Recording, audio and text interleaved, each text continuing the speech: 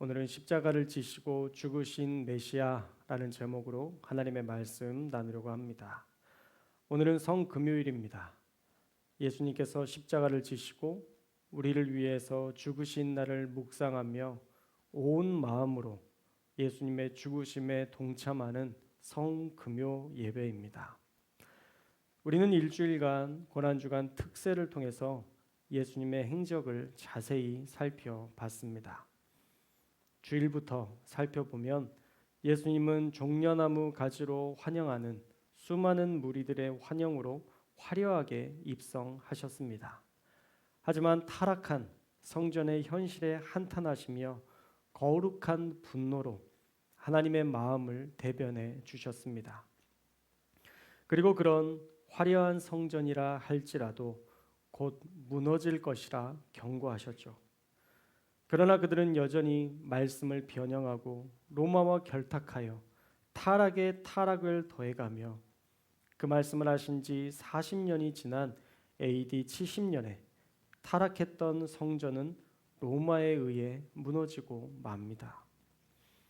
그리고 예수님은 베다니 시몬의 집 문둥병자로 불리던 가장 가난한 사람의 집에 유하시며 식사하셨고, 그때 마리아는 자신의 전부였던 귀한 향유 300데나리온이나 되는 향유 옥합을 주님의 발에 부어 드렸습니다.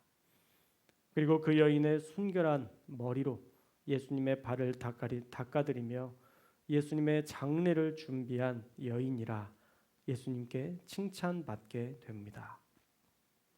그 후에 유다가 예수님을 배신했고요.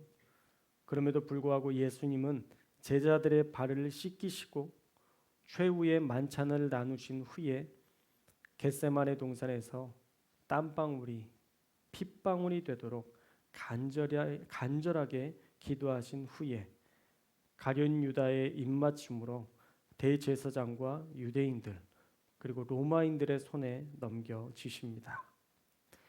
그렇게 안나스와 가야바, 빌라도 그리고 유대 분봉왕 안디바 이렇게 4명에게 신문을 받으신 이후에 아무도 책임지려 하지 않아서 다시 빌라도 총독이 신문하는 5번이나 되는 신문을 받으셨고, 채찍에 맞으심으로 고통당하시다가 죄 없으신 주님은 골고다 언덕을 십자가를 지시고 오르셨습니다. 이미 기력이 쇠하여지신 예수님이 쓰러지자 루포가 대신 십자가를 지고 골고다 언덕에 오르기도 했습니다. 그리고 헤롯의 뜰에서 100m 정도 떨어진 처형장까지 예수님은 간신히 고된 몸을 이끌어 걸어가셨습니다. 그리고 예수님은 거칠고 피비린내 나는 수치스러운 십자가에 못 박히십니다. 그렇게 오늘 말씀에 보면 17절에 해골이라는 뜻을 가진 골고다에 십자가를 지시고 오르셨다라고 말씀하시고, 다른 두 사람, 다른 복음서에서는 강도라 불리는 잡범들과 함께 십자가에 달리셨습니다.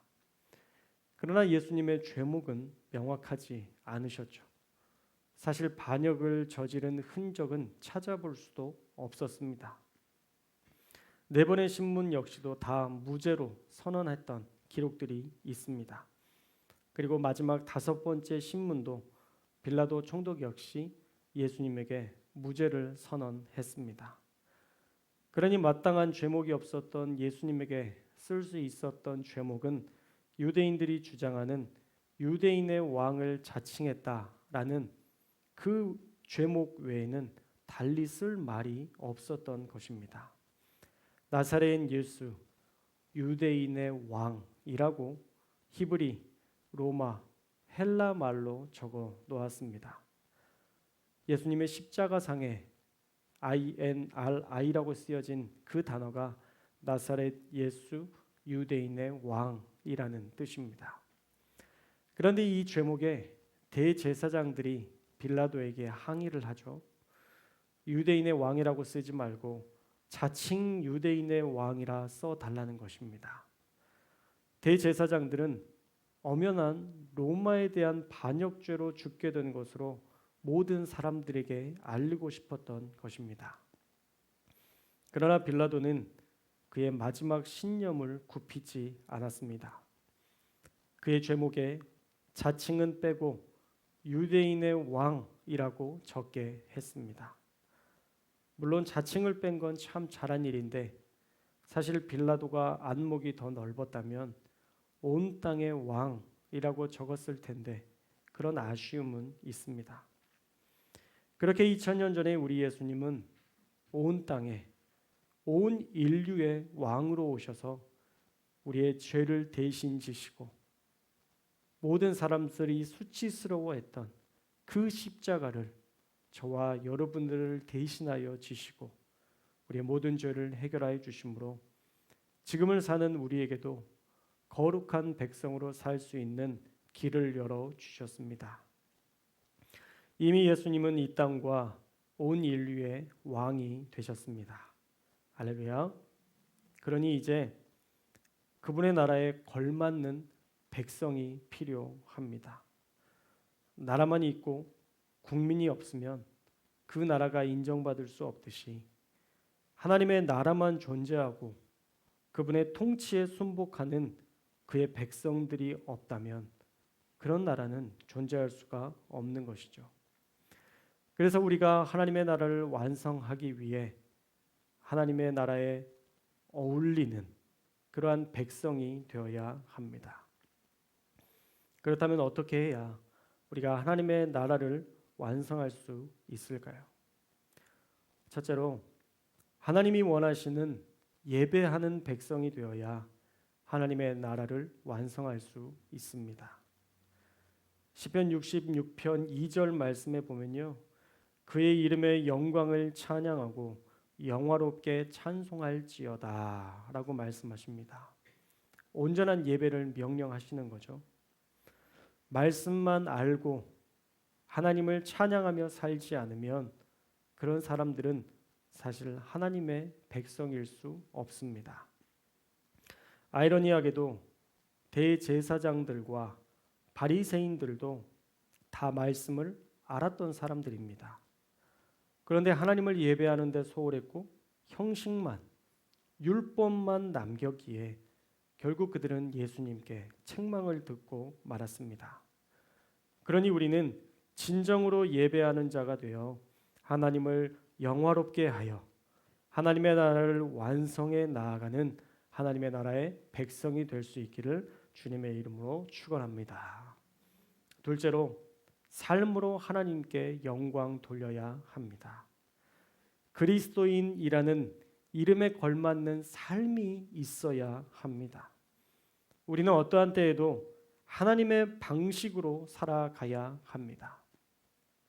로마서 14장 17절 말씀에 하나님의 나라는 먹는 것과 마시는 것이 아니요 오직 성령 안에 있는 의와 평강과 희락이라 말씀하고 계십니다.